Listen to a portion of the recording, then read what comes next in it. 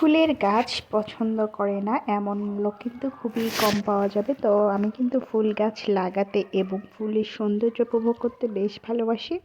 তো আমি সবসময়ই শীত সিজনে ফুলের গাছ লাগিয়ে থাকি, সেটা আমার ছাদে হোক বা উঠোনে হোক। তবে এবার ছাদে লাগিয়েছি, উঠোনে ছাগলগুলো খুব বিরক্ত করে, ছাগল ফুলের গাছগুলো একদমই খেয়ে ফেলে। আমার কত সুন্দর ফুলের গাছগুলোকে একদম খেয়ে টেয়ে বোছরা করে ধুয়ে যায়। তো সেইখান থেকে এবার প্ল্যান করলাম যে আমি ছাদে লাগাবো, আমি আর মাটিতে লাগাবো না। তো এই তো ছাদে উঠতেই পারি না বেশ কিছুদিন হলো, তো আজকে ভাবলাম যে একটু ছাদে সময় দিই। তো ছাদ থেকে এই তো নিচে আসলাম। নিচে আসার পর এই তো আমার সবজি চারা কিছু লাগিয়েছিলাম, এগুলো আসলে আমি বাইরে গিয়েছিলাম ভ্যানালার কাছ থেকে নিয়েছিলাম। মাসাল্লাহ টমেটো ধরতে শুরু করেছে, মরিচ গাছগুলোতে মরিচ ধরতে শুরু করেছে। আর এই তো আমার লাউয়ের গাছ, আর লাউ গাছটা যে এত সুন্দর হয়েছে আপনি মানে কল্পনাও করতে পারবেন না, না দেখলে। মাসাল্লাহ এই গাছগুলো কিন্তু একদমই বাঁচার কথা ছিল না, বর্ষাকালে একদম ভেঙে কেমন যেন হয়ে গেছিলো। তো সেখান থেকে যে এতটা সুন্দর হবে আমি কখনো চিন্তাও করিনি। তো আর লাউ শাক কিন্তু আমি প্রতি বছরই লাগিয়ে থাকি, আর হাইরে তাই এবারও লাউ শাক লাগিয়েছি। তো লাউ শাকগুলো মাসাল্লাহ অনেক সুন্দর হয়েছে। তো ভাবলাম আজকে জুমার দিন শুক্রবার, তো লাউ শাক রান্না করব, আর সেটা হবে আমার গাছের একদম অর্গানিক এবং ফরমালিন মুক্ত। তো গাছের মানে লাউ পাতাগুলো কিন্তু বেশ তাজা, এগুলো কিন্তু লাউ পাতাগুলো কিন্তু ধনে পাতা দিয়ে ভর্তা করলে বেশ মজা হয়ে থাকে। আমি বারবার বটি দিয়ে দেখতেছিলাম কোন ডালটা কাটবো না, আসলে ডালগুলো কাটতে খুবই মায়া লাগতেছিল।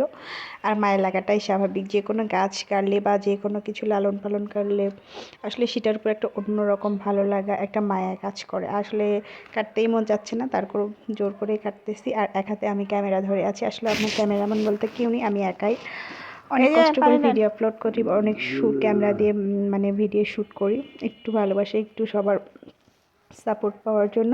তো সবার মাঝে আমি আবারও একটা কথা বলতেছি, সেটা হচ্ছে কি আমার মানে ভিডিওগুলো যদি আপনাদের কাছে কোথাও কোনো বিন্দু পরিমাণ একটুও ভালো লেগে থাকে বা ভালোবাসার জায়গা করে নেয় আপনাদের মনে, তো সেখান থেকে একটু আমাকে সাপোর্ট করে যাবেন, ভালোবেসে যাবেন। আমার চ্যানেলটাকে প্লিজ একটু সাবস্ক্রাইব করে দিবেন। তো আমি এই তো চাপড়ি ভেজে খাচ্ছি। আসলে বললাম না, ছোট ছোট ক্ষুধাগুলোকে নিবারণ করতে ছোট ছোট মানে সময়ের মধ্যে যেটা হয় সেটা করাই বেটার। তো এই তো আমি আটাটাকে গুলে নিয়ে চাপড়ি ভাজি নিয়েছি। আর এটা আমি কিছু দিয়ে খাবো না, জাস্ট এমনি খালি মুখেই খাবো। আসলে কিছু দিয়ে খাওয়ার মন মানসিকতা নেই, এখন খুবই ব্যস্ত শুক্রবারে।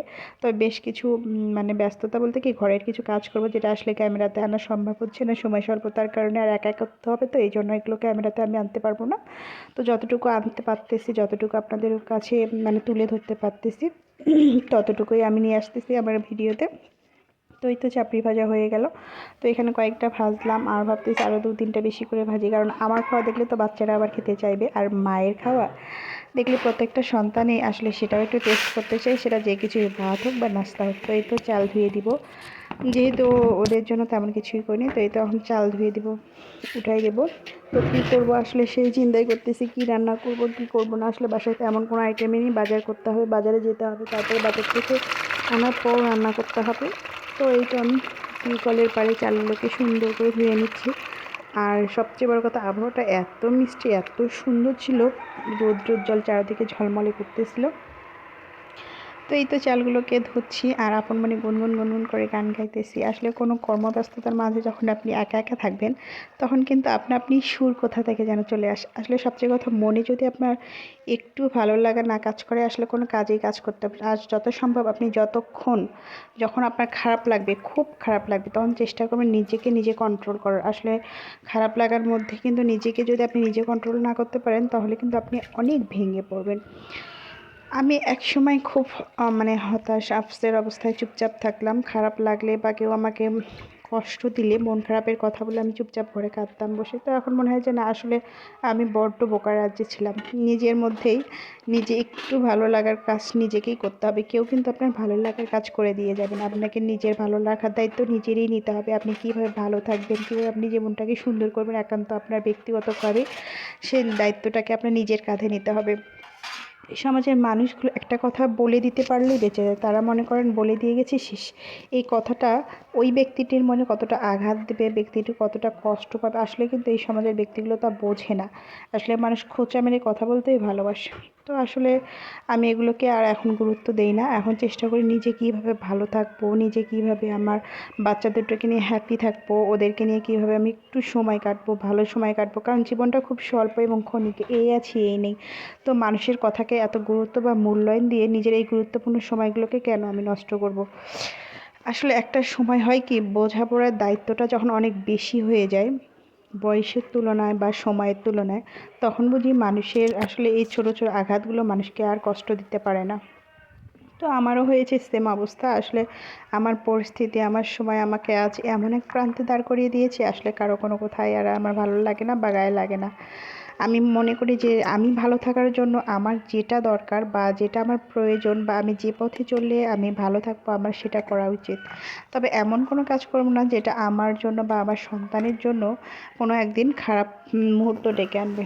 তো এই তো লাউ শাক নিজে নিজেই বাছতেছি, একা হাতের কাজ একা হাতে করতে করতে যতটা দূর এগিয়ে যায়, এদিকে আবার ফির জুমার নামাজের টাইম হয়ে আসছে, বাচ্চারা খেতে চাইবে। ভাবতেছি যে কি করব কি না করব, ভাবতেছি যে লাউ শাকটাকে আগে উঠাই দেবো, কখন কি করতে চাচ্ছি নিজেও বুঝতে পারতেছি না। সময় স্বল্পতা এতটাই মানে হয়ে যায় আমার জন্য। আসলে একা হাতে সবচেয়ে চাইতে বেগুনটাকে সিদ্ধ দিয়েছি, আর বেগুন কিন্তু আমি পুড়িয়ে বেশিরভাগ ভর্তা করি। তো মাঝে মধ্যে সময় স্বল্পতা যখন হয় তখন আমি গ্যাসে দিই। আমার খড়ির লাকড়ির চুলোর খড়ি মানে লাকড়িগুলো একদমই শেষ হয়ে গেছে, তো খড়ি কিনতে হবে, তারপরে কিন্তু আমি মাটির চুলে রান্না করতে পারবো। যেহেতু গ্যাসে আমাকে সব কিছু করতে হবে, তো আমি ভাবতেছি এখন আমি আর মাটির চুলোয় যাব না, কেননা আমার বাচ্চা কাচ্চাকে একটু আমার সময় দেওয়া উচিত। আসলে আমি যদি আমার মা হয়ে আমার বাচ্চা কাচ্চাকে একটু সুন্দর মুহূর্ত না দিতে পারি, ওদের সঙ্গে বন্ধুত্বমূলক সময় মানে ব্যয় না করতে পারি, তাহলে কিন্তু আসলে একদিন ওরাও বলবে যে আসলে আমি তাদেরকে কতটুকু সময় দিয়েছি। তাদের মনে কিন্তু এটা মানসিকভাবে একটা আঘাত রয়েই যাবে। তো আমি মা হয়ে চেষ্টা করবো সবসময় ওদের পাশে থাকার। তো এই যে দেখেন কাজ চোরা কাকে বলে, তো আমি এই তো গ্যাসেতেই ডিরেক্টলি মরিচটাকে দিয়ে দিলাম, পুড়ে নিচ্ছি বেগুন ভর্তার জন্য। আসলে এভাবে কিন্তু আমি করতাম না কখনো, এটা আমার শাশুড়ির কাছ থেকে দেখেছি। আমার শাশুড়ি সবসময় স্বল্পতার কারণে কড়াই থাকলে বা পাতিল থাকলে তার নিচে ডিরেক্টলি এইভাবে গ্যাসেতে মরিচ দিয়ে দিত। এখানে মরিচটাও পোড়া হয়ে যেত, অন্য তরকারি চুলোয় থাকলে সেটাও হয়ে যেত। তো এই তো বেগুনগুলোকে ছেনে নিচ্ছি সুন্দর করে। আর মানে যতটা ঝাল ঝাল করে ভর্তা করবেন ততটাই কিন্তু টেস্টি। আর শীতের দিনে এই সকালবেলা, সকাল বলবো না, দুপুর হয়ে গেছে অনেকটা, তো গরম ভাতের সাথে কিন্তু ভর্তা ছানা শাক ভাজি কিন্তু বেশ টেস্টি হয়ে যায়। আর আমাদের সাধারণ মধ্যবিত্ত পরিবারে কিন্তু আসলে এ ধরনের সব মানে আইটেমগুলো সবসময় বেশি হয়ে থাকে। তো আমরা কিন্তু ভর্তা ছানা শাক ভাজি এসবের সঙ্গে বেশিরভাগটা সময় সংসারের খরচ বাঁচাতে করে থাকি। আসলে এটা কী আর বলবো, সাধারণ এক মধ্যবিত্ত পরিবারগুলো একটু চায় ভালো থাকতে, কিন্তু আসলে ওই যে বললাম অর্থের কারণে সবাই ভালো থাকলে চাইতেও ভালো থাকা হয় না। আর পরিস্থিতি মাঝে মধ্যে মানুষকে এমন পর্যায়ে দাঁড় করায়, চাইলেও তুমি যেটা করতে চাইবে সেটা কিন্তু করতে পারবে না। তো এই তো শাকগুলোকে আমি এই তো ভাপে দিয়েছি, শাকগুলো কিন্তু আমার এই তো ভাপে সিদ্ধ হয়ে আসতেছে। তো আসলে লাউ শাক কে কে পছন্দ করেন, আমার মতো কে লাউ শাকের মাচা করেছেন, প্লিজ কমেন্ট করে জানাবেন। আমার ভিডিওটা আবারও যদি সবার কাছে ভালো লেগে থাকে, আবারও বলতেছি আমার চ্যানেলটাকে একটু প্লিজ সাবস্ক্রাইব করে দেবেন এবং আমার পাশে থাকবেন, একটু ভালোবাসা দিয়ে যাবেন। আমি সবার ভালোবাসা অপেক্ষায় রয়ে থাকবো, আমিও ইনশাল্লাহ সবার পাশে থাকবো, সবসময় ভালোবাসা দিয়ে যাবো সবাইকে। তো আজকের মতো তেমন আর কোনো কিছুই বলতেছি না, আমার ভিডিওটা আজকে এ পর্যন্তই থাক। আল্লাহ হাফেজ। আর সবাই প্লিজ পাশে থাকতে ভালোবাসবেন আর আমার সুন্দর মুহূর্তগুলো সঙ্গী হয়ে থাকবেন। আমি প্রতিনিয়ত চেষ্টা করব নতুন নতুন ভিডিও আপলোড করার, আপনাদের সঙ্গে টাইম স্পেন্ড করার, বিনোদন করার।